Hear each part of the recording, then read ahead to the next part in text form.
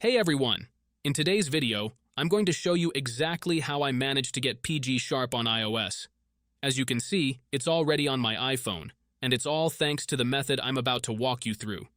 The best part about this method is that you don't need a computer at all. Everything can be done directly from your phone. All you have to do is watch this video carefully and follow each step I show you. Trust me, by the end of this video, you'll have PGSharp set up on your iPhone and ready to use. Before you can use this method, there are some settings you need to change. These settings apply only for iOS devices.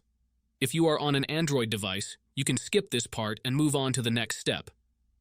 Head into your settings, tap on General, and make sure that background app refresh is turned on, either for Wi-Fi or for both Wi-Fi and mobile data. This ensures the app can run smoothly in the background. Next, swing by your battery settings and switch off low power mode.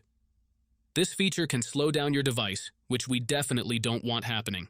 With these two settings tweaked, you're all ready to move on to the next step.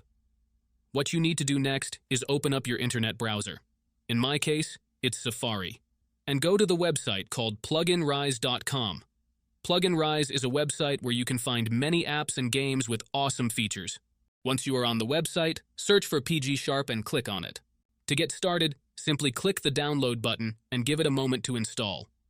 Depending on your internet connection, it might take a little bit, but once it's finished, you'll automatically be redirected to a page that says Installation Completed.